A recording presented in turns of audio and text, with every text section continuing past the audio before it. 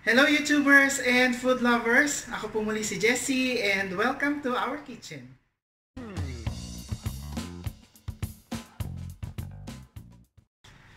For today, magluluto naman tayo ng isa sa mga I'm not sure kung authentic ba to, pero it's one of the Spanish inherited food ng Pilipinas at yun ay ang Aroz de Valenciana. So, dito sa menu natin ngayon, ang gagamitin po natin is, ang isasawag natin is chicken and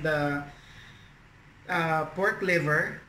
Pwede rin naman natin pwede rin po tayong gumamit ng seafood for the Aroz de Valenciana. It's just that, gagamitin natin yung chicken at saka yung pork liver kasi medyo allergic tayo sa seafood. That's why, yun yung gagamitin na. But the rest of the recipe or the ingredients are just the same. So, we'll go ahead and start. At narito yung ating mga sangkap para sa gagawin nating Aroz de Valenciana. Ito po yung pinaka-easy version natin. So, una, ito yung ating sticky rice. Yung sticky rice, nilagyan, nung sinaing natin to, kasi sinaing na to nilagyan natin siya ng turmeric and salt. At saka, dapat sana meron tong lalagay na chicken stock. But then, since wala tayong chicken stock, pwede nyong dagdag na lang is chicken broth cubes. So, yun yung and then sasaing mo lang siya. And para lang siyang normal na sinaing. Ito yung turmeric powder na nilagay natin doon sa malagkit na bigas. Next, we have capsicum or the bell pepper. We have the green peas. Raisins. Importante yung raisins kasi it adds flavor doon sa Aroz de Valenciana. We also have onion. And then pepper. Garlic. At yung ating salt. And then sa version na gagawin ko, meron tayo ditong chicken breast at saka yung pork liver. Yung ginawa, pwede rin kayong gumawa ng sarili nyong version. Pwede nyo ilagay yung seafood like tahong, prawn or yung hipon at kung ano pang klaseng seafood. Pero sa version ko kasi, since allergic ako sa seafood, lalo na sa hipon, gagamitin natin is yung chicken at saka yung pork liver. Okay, so mag-i-start na tayong magluto ng ating Aroz de Valenciana. We fire up the pan, yung mahiwaga nating pan.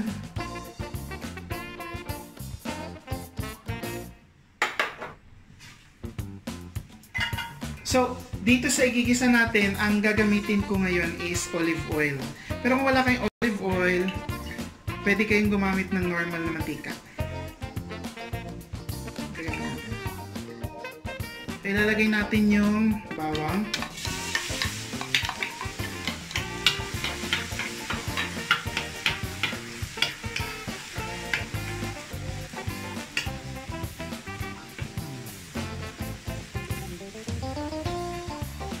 Then yung sibuyas.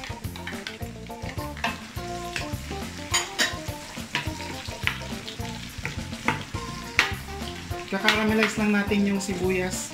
Then isunod natin yung ibang ingredients. Then we will add the pork liver and then the chicken.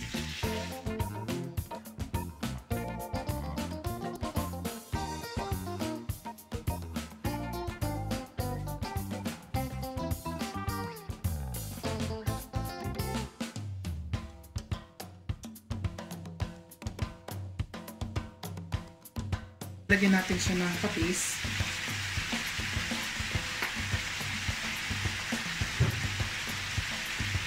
And pepper.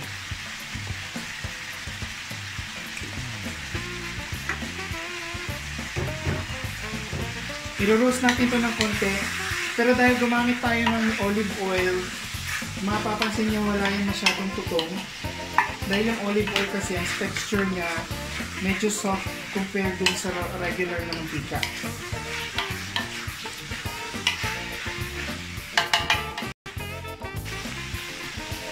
Okay, so medyo roast mo yung pork liver and chicken natin. Nakita niyo wala siyang natututong din sa edge ng kawali kasi ngayong olive oil yung nagdalagay. Lalagay na natin yung turmeric rice.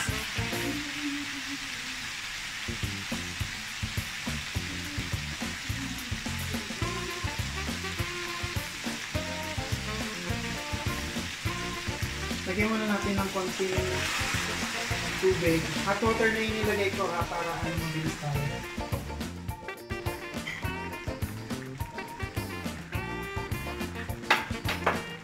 Okay, we add the mixture. Bell pepper, green peas, and the raisins.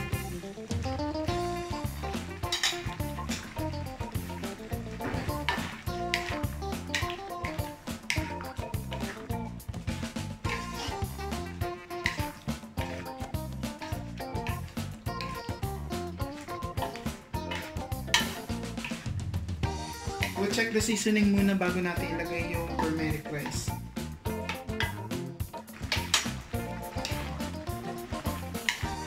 Yan, ilalagay na natin yung turmeric rice. So, ito, paghahalu-haluin mo lang siya to make it even. Yan. Kailangan ko pa ng isang sandok.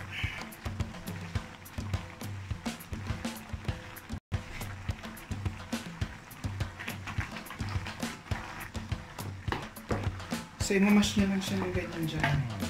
Then, ihahalo mo siya ng ije. Medyo effort lang talaga yung gagawin natin pagka i-mix natin yung sahog dun sa turmeric rice.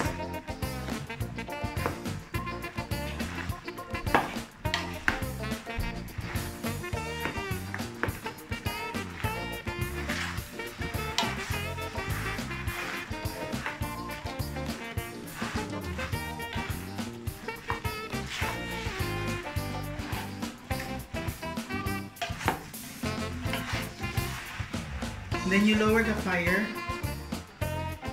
Dahil luto na rin naman sila lahat, just lower the fire para lang ma-maintain lang yung init ng pan habang inamash natin yung kanin doon sa sahog.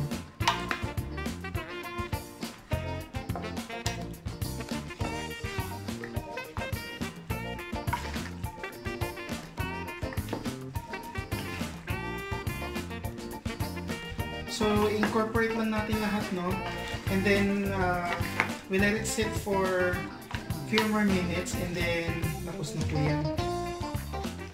Luto na siya. Okay. Ito na po yung finished natin na product. We will try having the taste test. At again, kumuha na naman ako ng ibang mga tao kasi baka isipin nyo na naman, self-praise na naman ako neto. So, ito na po yung finished product natin and I asked someone to taste this so that they can also judge how it tastes like. So, pasok na kayo, mga friends. Hi, I'm Tin. Hello, my name is Ria. Mga normal na tao to, pero sila po yung titikim ng amin. Masagahan natin. Masagahan natin. Gusto ko yung kanin eh. At saka some veggies. With me too. Me, my turn. Glutinous rice, is it? Yeah, masarap. Okay naman naman sa It's kanya. not vegetarian. Gusto ko dito yung chicken.